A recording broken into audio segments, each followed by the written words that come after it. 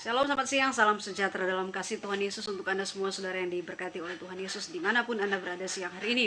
Dan senang sekali saat ini kita ada di channel YouTube saya, channel Ellen Hana. Dan tentunya saya berdoa saudara kiranya ada di dalam berkat-berkat Tuhan yang luar biasa, berkat-berkat Tuhan yang dahsyat. Dan saudara, kita patut bersyukur pada Tuhan Yesus kalau sampai hari ini kita masih dapat menikmati kabar baik. Kita dapat membaca Alkitab dengan bebas, dengan leluasa. Karena apa saudara? Ada begitu banyak negara-negara di luar sana yang masih sangat tertutup untuk penginjilan, yang masih sangat tertutup untuk kabar baik. Dan kita bersyukur saudara, kita yang ada di negara Indonesia, negara yang kita cintai ini, kita masih dengan bebas, dengan leluasa, kapanpun saat dan waktunya yang kita mau, kita dapat menikmati kabar baik, kita dapat menikmati kebenaran firman Tuhan melalui handphone, melalui gadget kita, atau melalui Alkitab langsung. Dan kita bersyukur buat anugerah Tuhan yang diberikan kepada kita dengan kebebasan untuk dapat menikmati semua hal-hal yang berkenan dengan kebenaran firman Tuhan. Dan sudah dikasih oleh Tuhan Yesus, Roma 10 ayat 17 berkata, jadi iman timbul dari pendengaran dan pendengaran oleh firman Kristus. Oleh sebab itu saudara, selagi masih ada waktu, selagi masih ada kesempatan yang dianugerahkan oleh Tuhan Yesus kepada kita, mari kita perbanyak untuk mendengarkan kabar baik. Mari kita perbanyak untuk membaca kebenaran firman Tuhan. Sebab apa saudara? Berita-berita yang ditawarkan oleh dunia saat ini, itu adalah berita-berita yang kurus kering. Berita-berita yang tidak menawarkan pengharapan. Berita-berita yang membuat kesesakan di hati kita. Berita-berita yang membuat kita tawar hati, kecut. Tetapi mari kita perbanyak menikmati kabar baik, menikmati kebenaran firman Tuhan, dan membacanya secara teratur, agar supaya kita tetap kuat menghadapi hari-hari kita ke depan bersama dengan Tuhan Yesus tentunya.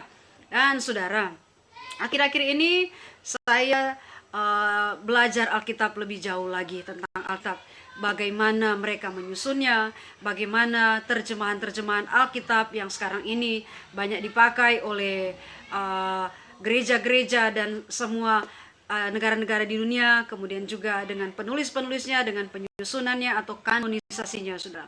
Dan kemudian saya belajar bagaimana berdirinya lembaga Alkitab yang ada di dunia ini.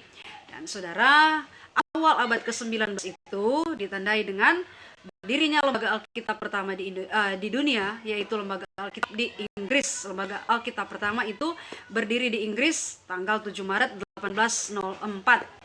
Dan pengalaman berdirinya lembaga Alkitab pertama di dunia ini saudara, itu didorong oleh pengalaman seorang gadis kecil yang bernama Mary Jones. Ketika itu usianya 9 tahun saudara. Mary kecil ini dia begitu tertarik dengan kisah-kisah Alkitab yang dia dengar di chapel di dekat rumahnya setiap minggu ketika dia beribadah. Mary yang waktu itu 9 tahun sudah punya kerinduan yang besar. Karena dia mendengar kebenaran firman Tuhan, dia tertarik dengan kisah-kisah yang ada di Alkitab, dia rindu untuk bisa punya Alkitab sendiri saudara. Dan dari kerinduannya ini, si Mary kecil ini saudara, yang waktu itu memang keluarganya adalah keluarga yang miskin, ayahnya cuma seorang penenun, dan kita tahu saudara, harga Alkitab pada tahun itu wow, memang teramat mahal. Apalagi buat seorang anak kecil dari desa miskin di Inggris.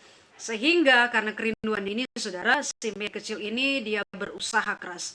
Dia berjuang bagaimana caranya untuk dapat mengumpulkan uang.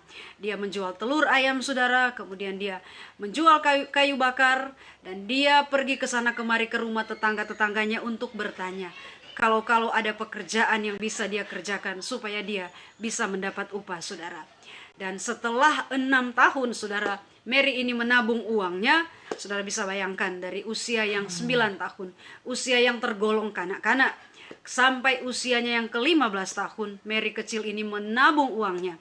Dan dalam 6 tahun ini saudara telah terkumpul sejumlah uang. Dan dia merasa cukup, kemudian dia pergi ke kota hendak membeli Alkitab di sana saudara. Dan dia harus berjalan sejauh 40 km saudara si Mary ini, supaya dia bisa sampai ke kota. Sesampainya di kota, dia bertemu dengan Bapak Charles Thomas, dan dia membeli Alkitab dari Bapak ini dan menceritakan pengalaman dia dari usia 9 sampai 15 tahun dan perjuangan dia saudara untuk mengumpulkan uang supaya dia bisa membeli Alkitab. Dan terdorong oleh kisah perjuangan si kecil Mary ini yang mengharukan, besoknya Bapak Charles Thomas ini dia mengadakan bersama rekan-rekannya di kota London, dan mereka berkata, pastilah masih ada Mary-Mary lain di Inggris ketika itu yang merindukan bisa punya Alkitab. Masih begitu banyak orang-orang miskin yang mungkin rindu untuk membaca Alkitab tapi tidak pernah mampu, karena Alkitab waktu itu harganya teramat sangat mahal, saudara. Dan sehingga mereka membuat satu keputusan, bagaimana kalau mereka mendirikan sebuah lembaga untuk pengadaan Alkitab kepada orang-orang seperti Mary ini, saudara. Dan saudara yang dikasih oleh Tuhan, akhirnya pada tanggal 7 Maret tahun 1804 berdirilah Alkitab, lembaga Alkitab pertama yang ada di dunia, yaitu lembaga Alkitab Inggris. Dan saudara, Tuhan Yesus memakai seorang anak kecil ini, seorang Mary Jones yang usianya ketika itu masih 9 tahun, untuk satu kegerakan luar biasa yang merembet sampai ke seluruh belahan bumi. Dan karena itu, saudara, sampai hari ini kita ada lembaga Alkitab Indonesia, lembaga Alkitab Belanda, lembaga Alkitab Amerika, dan kita tahu bersama, saudara, lembaga Alkitab telah ada di hampir semua negara-negara di dunia ini karena kerinduan hati seorang anak kecil, seorang anak yang usianya 9 tahun ketika itu, yang ingin punya Alkitabnya sendiri. Bagaimana dengan kita hari ini? Kita yang hari-hari ini begitu gampang untuk mendapatkan Alkitab. Apakah kita tidak menghargai waktu yang Tuhan berikan untuk supaya kita bisa menikmati, membaca, mendengarkan kebenaran firman Tuhan? Apakah ketika hanya waktu kebaktian, waktu ibadah, kemudian kita membaca Alkitab? Mari sejak saat ini, saudara, perbiasakan untuk kita secara teratur memiliki waktu-waktu untuk membaca Alkitab di hari-hari hidup kita, saudara. Dan kita akan membaca kebenaran firman Tuhan, saudara. Mari kita membuka dalam firman Tuhan Yakobus pasal 4 ayat 13 sampai 15. Yakobus 4 ayat 13 sampai 15, dan saya akan membacakannya buat saudara. Demikian firman Tuhan. Jadi sekarang, hai kamu yang berkata, hari ini atau besok kami berangkat ke kota Anu, dan di sana kami akan tinggal setahun dan berdagang serta mendapat untung. Sedang kamu tidak tahu apa yang terjadi besok. Apakah arti hidupmu? Hidupmu itu sama seperti uap yang sebentar saja kelihatan lalu lenyap. Ayat 15, saudara. Sebenarnya kamu harus berkata, jika Tuhan menghendakinya, kami akan hidup dan berbuat ini dan itu. Nah, saudara, Rasul Yakobus mengerti benar sifat-sifat manusia untuk membuat keputusan-keputusan besar, keputusan-keputusan penting, rencana-rencana besar di dalam hidupnya. Dan sayangnya, saudara, itu tanpa pernah melibatkan Tuhan sama sekali. Kita tidak tahu hari besok kita seperti apa, saudara. Sama seperti yang dikatakan oleh Rasul Paulus tadi. Dikatakan di situ, sedang kamu tidak tahu apa yang terjadi besok, apakah arti hidupmu. Nah, saudara, di dalam Injil Lukas pasal 12, Tuhan Yesus bercerita tentang seorang kaya. Tetapi dia katakan bahwa dalam kebodohannya orang kaya itu tidak mempercayakan hidupnya kepada Tuhan Yesus, tapi mempercayakan hidupnya kepada hartanya yang ada. Padahal dia tidak tahu besok harinya akan seperti apa hidupnya. Dan orang kaya ini dengan congkak dia berkata, jiwaku, ada padamu harta yang bertimbun-timbun untuk bertahun-tahun lamanya. Bukan hanya 1-2 bulan, bukan hanya untuk setahun, tetapi Alkitab menulis bertahun-tahun, saudara. Kalau stok di depot logistik mungkin hanya tersedia untuk berapa bulan ke depan, tetapi untuk orang kaya ini ada sampai bertahun-tahun. Dan sehingga dia berkata, makanlah, beristirahatlah, minumlah dan bersenang-senanglah jiwaku, sebab padamu ada banyak barang harta bertimbun-timbun untuk bertahun-tahun lamanya. Tetapi apa yang dikatakan oleh firman Tuhan? Tuhan Yesus mengecam dia. Firman Tuhan berkata, hai orang kaya yang bodoh, malam ini juga jiwamu diambil daripadamu. Dan apakah artinya? Dan buat siapakah harta yang dia kumpulkan sekian lama ini, saudara? Nah, saudara, kita tidak tahu apa yang akan terjadi dengan hidup kita pada hari esok. Yang Tuhan mau, kita tidak harus mengandalkan kekuatan kita, tidak harus mengandalkan apa yang ada pada kita, tetapi andalkanlah Tuhan dalam segala perencanaan kita. Sama seperti yang dikatakan oleh Rasul Yakobus tadi. Kita tidak perlu cemas dengan hari esok kita, sebab Tuhan katakan, berjalanlah bersama aku hari demi hari.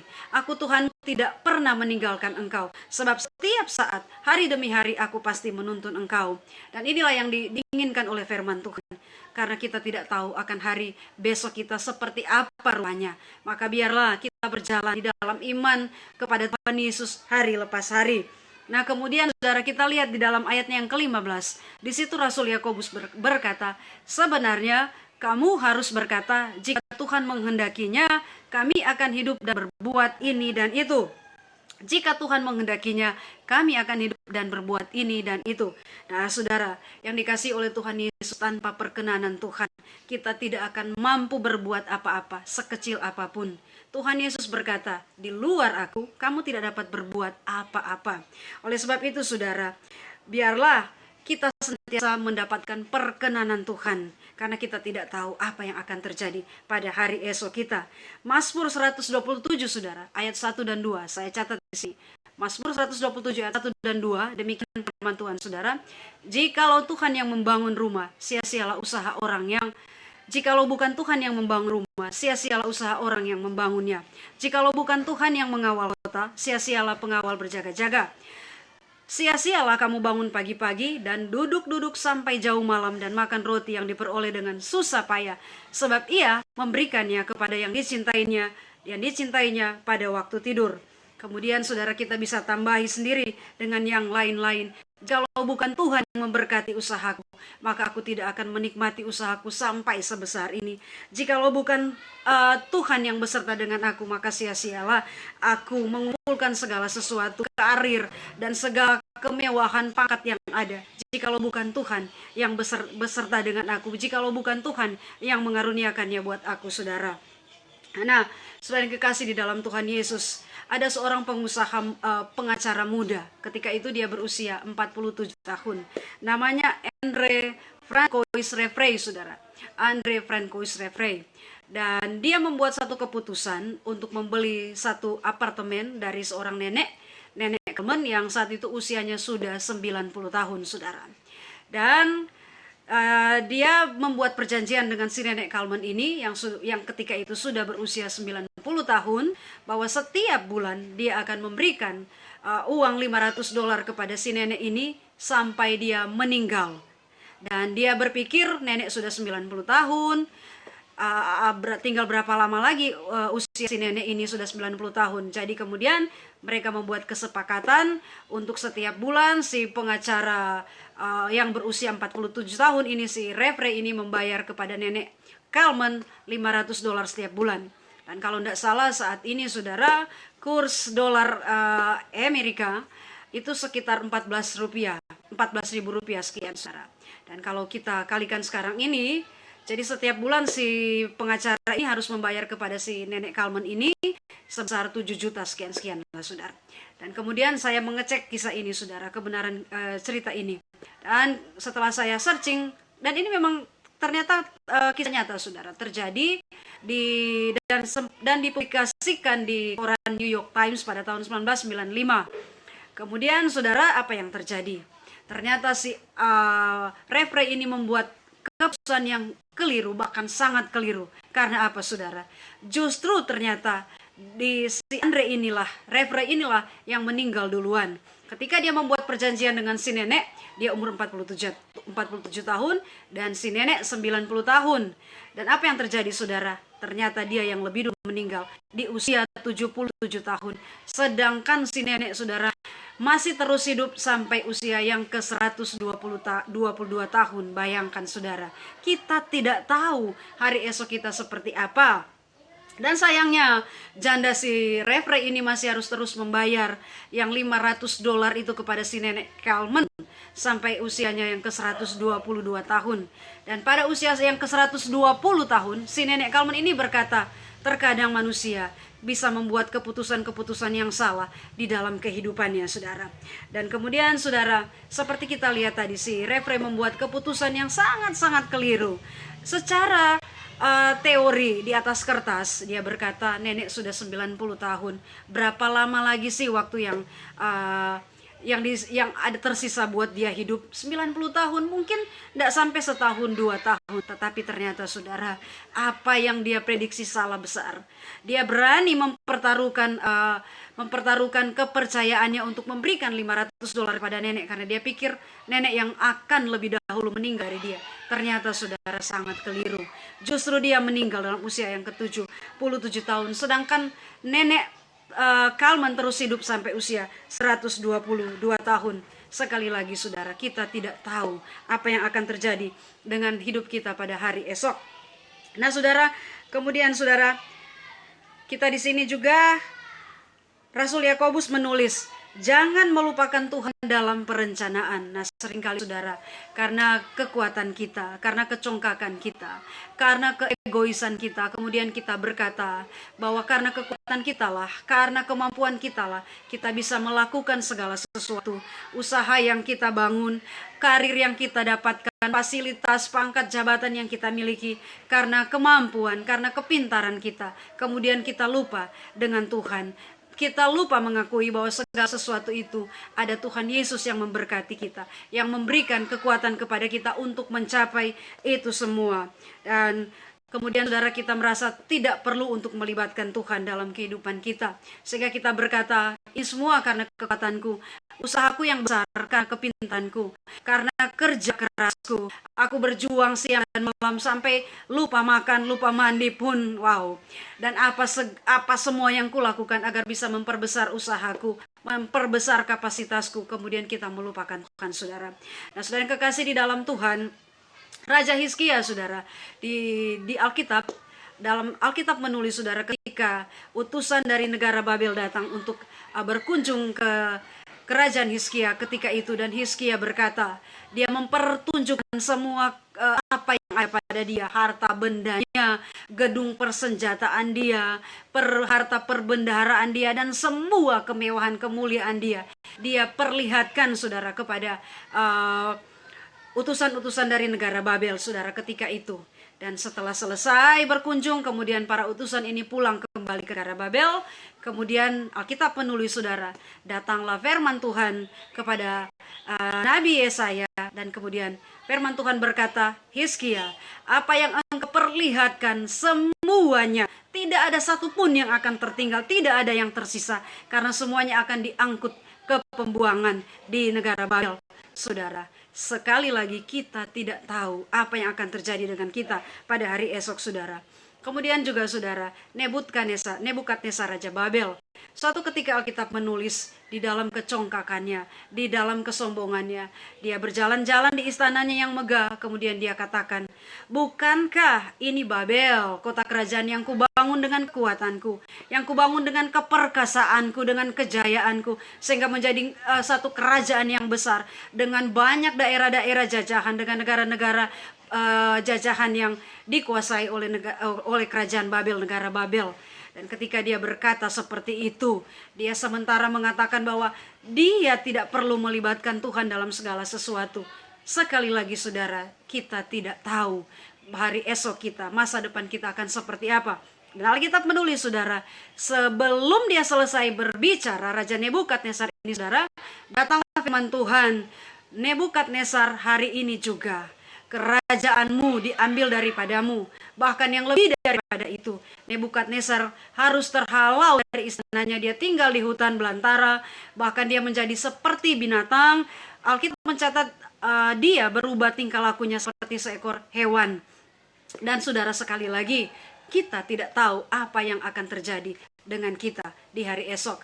Saudara dikasih oleh Tuhan Yesus, kemudian Raja Belsyazar, di Alkitab mencatat, ada tercatat di Alkitab, saudara, Raja Belsyazar yang adalah anaknya Raja Nebukadnezar, pada suatu hari dia mengadakan perjamuan untuk para pembesarnya, para menteri-menterinya, para bupati-bupati, gubernur, para panglima-panglima, pokoknya semua pembesarnya di kerajaannya ketika itu, si anaknya Raja Nebukadnezar ini.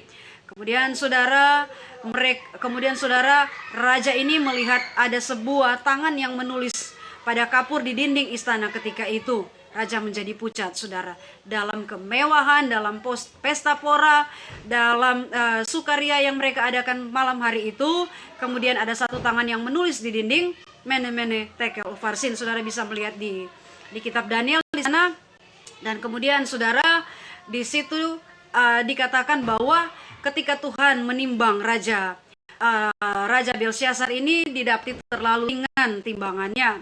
Dan saudara, dan pemerintahan dari Raja Belsyazar ini sudah diakhiri oleh Tuhan. Kita tidak tahu hari esok kita seperti apa. Dan saudara, perlu kita ketahui bahwa Allah kita adalah Allah yang menghitung. Sama seperti dikatakan oleh firman Tuhan bahwa masa pemerintahan dari Belsyazar sudah diakhiri, dan Tuhan menghitung, Tuhan menimbang bahwa timbangan dari Raja Belsyazar ini terlalu ringan, didapati terlalu ringan oleh Tuhan Allah. Dan sehingga ketika itu datanglah penghukuman dari Tuhan, dan Alkitab berkata, malam itu juga Raja Belsyazar terbunuh dan kerajaannya diambil alih oleh negara lain, Media dan Persia. Nah, saudara yang kekasih dalam Tuhan Yesus, Allah kita adalah Allah yang menghitung. Dan saudara yang kasih dalam Tuhan Yesus, Alkitab juga mencatat bahwa orang Israel dikatakan di kitab Perjanjian Lama yang sudah 10 kali memberontak terhadap firman Tuhan, sudah 10 kali melihat perbuatan-perbuatan Tuhan yang ajaib di padang gurun, tetapi yang memberontak, Tuhan menghitung loh saudara, mereka dieliminasi oleh Tuhan Allah, tidak boleh masuk ke tanah perjanjian, tanah Kanaan yang penuh dengan susu dan madunya. Nah, saudara yang kekasih oleh Tuhan Yesus, sekali lagi kita tidak tahu hari esok kita akan seperti apa. Yang Tuhan mau saudara, setiap hari kita berjalan bersama dengan Tuhan Yesus. Hari lepas hari kita berjalan dengan Tuhan Yesus. Sama seperti sebuah lagu kidung pujian. Hari esok tiada ku tahu, namun tetap langkahku maju.